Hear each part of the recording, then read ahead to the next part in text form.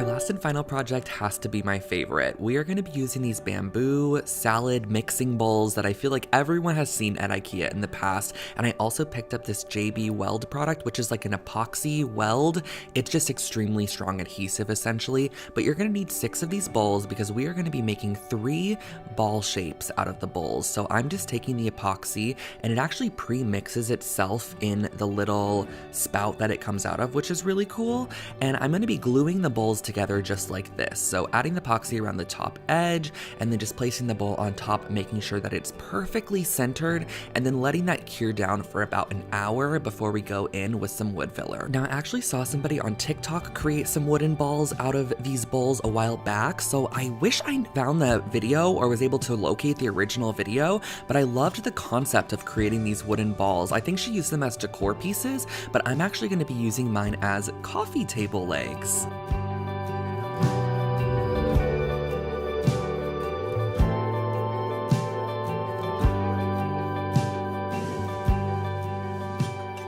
Once that has cured down, you should have 3 wooden balls looking just like this. So we're going to be using some of this stainable wood filler, and I like the one in the tube for this process just because it's thinner and I feel like it works quite a bit better. So I'm just going around the seam there and actually adding some wood filler in and just making sure that I'm smoothing it out, but make sure you add an excess because you're going to want to have enough wood filler to where when you go and sand after the fact, that the wood filler actually is going to be flush with the bowls and it's not going to be sitting underneath and creating that seam. So make sure to add more than you actually think you do.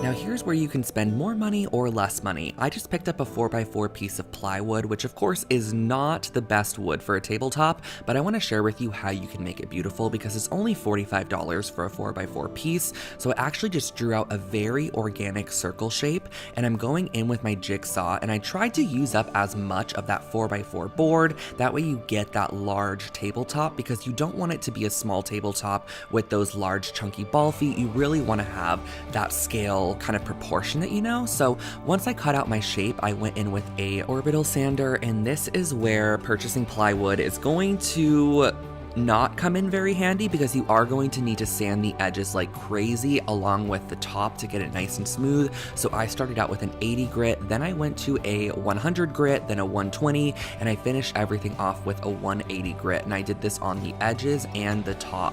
But this is how you're going to get a nice smooth base, and I really do love the graining on plywood. I think it's really interesting, but you could always opt for purchasing just a better quality piece of wood that when you cut it out, already sanded down and ready to be kind of finished.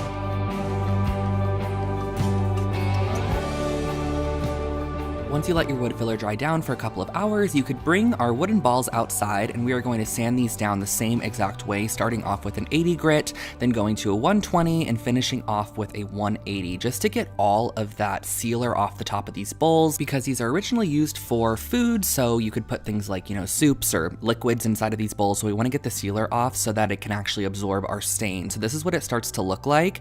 And I also love seeing like kind of the checkerboarded bamboo under these. I could totally see myself using one of these as just a decorative object in the future, because once you sand it down completely, it's a really, really beautiful, almost like white oak color.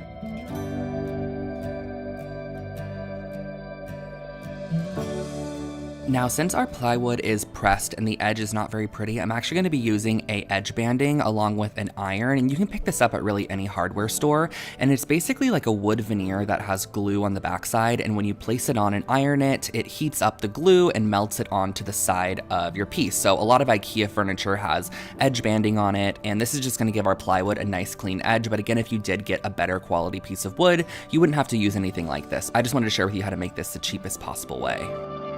And I'm going to go in with Minwax's pre-stain first. Since this again is plywood, I want to get the best possible finish that we can out of this. So I'm going in with the pre-stain. This is just going to condition the wood and make sure that the stain that we actually do apply goes on really even and smooth. So I'm going to apply this coat first.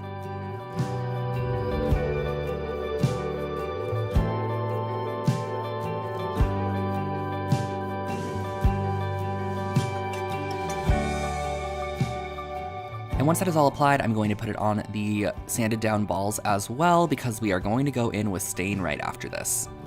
I'm gonna be using the English Chestnut Stain by Minwax, and I will say that I thought this was gonna turn out quite a bit darker when I put this on, but the plywood really sucks it up kind of indifferently in different parts of the grain. So plywood has a tendency of not really staining properly, but we're gonna go in with the gel stain that's quite a bit darker and even out the finish in the end. So do not worry. I'm going in first with the English Chestnut color, and it really adds this kind of orangey warmth to the top of it, but here you could see how grainy it actually is. But the way we're gonna fix that is with some gel stain. So gel stain is quite a bit more intense than just traditional oil stain.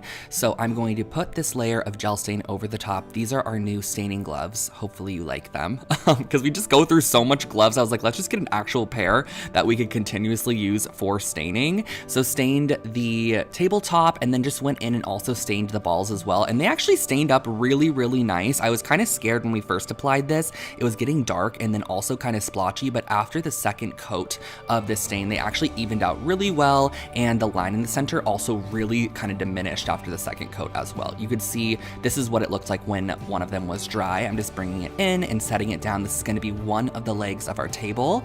Then I'm bringing in the second one, and I'm also bringing in the third one, but the camera freaking stopped recording when I brought that in, so that was rude of it. But once you have all three of the balls in place, you actually are going to use more of that welding material that we used at the beginning to attach the bowls together. This one is an unmixed one, so I just mixed it on top just with the back of a paintbrush, and once that was nice and mixed up, we set the tabletop on top to let it start curing. And because I'm impatient and wanted to share this video with you guys sooner, I didn't end up putting a sealer on it or a top coat, but you totally can put a top coat on it as well. I've done that with all of my past furniture pieces that I've created, and I will be doing that with this piece too, but I ended up styling it up, and this is how the coffee table ended up looking like.